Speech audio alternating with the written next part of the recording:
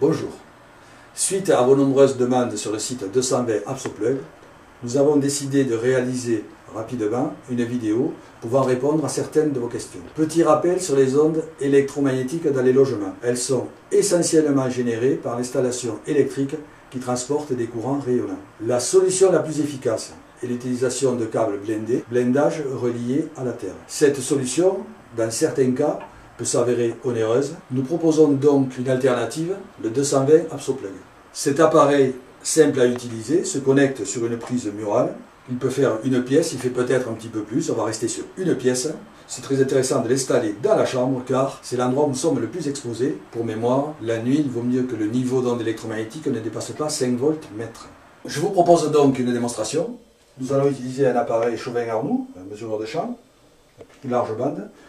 Il est équipé d'une antenne EF2A, tridimensionnelle pour ceux qui s'intéressent aux problèmes techniques, normalisée. Ces appareils homologués, cet appareil a été testé il y a quelques mois d'ailleurs, 3-4 mois. Nous sommes dans une chambre à coucher. J'ai mis l'antenne donc tridimensionnelle sur le coussin, l'endroit où on met la tête. La situation actuelle, c'est nous avons des courants rayonnants dans l'installation électrique, des courants rayonnants entretenus qui génèrent un champ électromagnétique ou des ondes électromagnétiques. On mesure en ce moment 3,4 volts mètre. Bon, quand je m'approche, effectivement, je modifie un petit peu le champ. Mais bon. L'idée, c'est d'essayer de tester de l'alu, ça peut être intéressant, une pierre qui peut absorber les ondes électromagnétiques. Et ensuite, on testera le 220 ApsoPlug. Alors, on va prendre de l'alu pour voir ce qui se passe. On va le promener un petit peu autour. Petite augmentation. Voilà, je vous passe tout ça, vous voyez. Par exemple, si on le met au-dessus, voilà. On s'aperçoit dans ce cas que l'alu a une certaine efficacité, puisque de 3,5 V, on est tombé à 2,6 V. Donc la feuille d'alu peut avoir une petite efficacité. C'est important si on veut. Hein. Ça, je laisse chacun juger. Voilà. On va essayer une pierre qui peut absorber les ondes. Donc on va s'approcher de la tête ou de l'antenne. Voilà. On s'aperçoit que le niveau diminue. On a perdu 0,2 volts, soit 200 millivolts. Bon, la pierre agit un petit peu. Là, je la promène un petit peu autour. Dans certaines positions, on voit donc que le niveau varie légèrement. Ensuite, nous allons essayer donc le 220 ApsoPlug. Donc, je le connecte sur une multiprise normalisée NF. Hein. C'est pour la vision, hein. Je ne vais pas mettre à genoux pour aller sur une prise murale. Hein. Voilà, c'est tout. Donc voilà, je le connecte dessus. Voilà, le niveau d'onde électromagnétique passe à 0. Donc le 220 ApsoPlug fonctionne.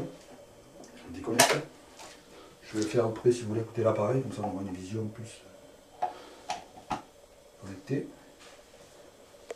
Déconnecté. Connecté. Déconnecté. Voilà, ça va donner une idée de capacité d'absorption du 220 ApsoPlug. Alors nous allons faire un autre plan avec un autre angle de vue pour tester l'ApsoPlug. Donc actuellement nous sommes à 3,3 V, 3,4 V. Quand je parle de 3,4 V ou 3,1 V, ce qu'on voit c'est 3,2 ou 3,1 volts mètre. Voilà, je parle un peu pour l'unité, qu'on ne se trompe pas. Donc je vais câbler l'ApsoPlug. Voilà, nous sommes à 0 volts mètre. Je décable l'ApsoPlug. Nous remontons à 2,9, 3 volts peut-être aussi. Hein, la prise à côté, bon, c'est pas ces petites choses, mais ça c'est pas 3,2 volts mètre. Je refais un essai. Voilà, nous repassons à 0 volts. Et nous remontons à 3 volts. Après, c'est un problème de proximité de prise, hein, parce que l'appareil capte aussi ce qui se passe au niveau de la prise. Hein. Une particularité, c'est que quand on dort, on a la tête, on va dire, dans cette position. Le fait de retourner la tête ou de bouger légèrement, le niveau d'onde électromagnétique peut changer mais énormément. C'est-à-dire qu'on peut passer d'un niveau presque de 0 volts à un niveau de 2-3 volts, simplement en bougeant la tête. Ce qui veut dire que dans la nuit, pendant la phase de sommeil profond, simplement s'il y a des ondes électromagnétiques autour de vous, simplement le fait de bouger, vous pouvez passer de 0 à un niveau plus important, ce qui fait que vous pouvez même vous réveiller à ce moment-là. En réalité, ce n'est pas du bruit, mais bon, il y a eu un niveau d'onde électromagnétique qui a peut-être perturbé vos neurotransmetteurs. On n'ira pas plus loin dans le côté médical. Donc je vais vous parler du 220 AbsoPlug. Pour les professionnels, c'est un produit CE. Au niveau compatibilité électromagnétique, il se classe ni dans les pollueurs ni dans les pollués. Il est classé absorbant, CEM. Il est conforme à la directive basse tension, pour ceux qui s'intéressent à ça. Par contre, au niveau IP, il n'a pas les indices IP d'extérieur, je le précise, donc c'est un appareil qui est fait pour fonctionner à l'intérieur.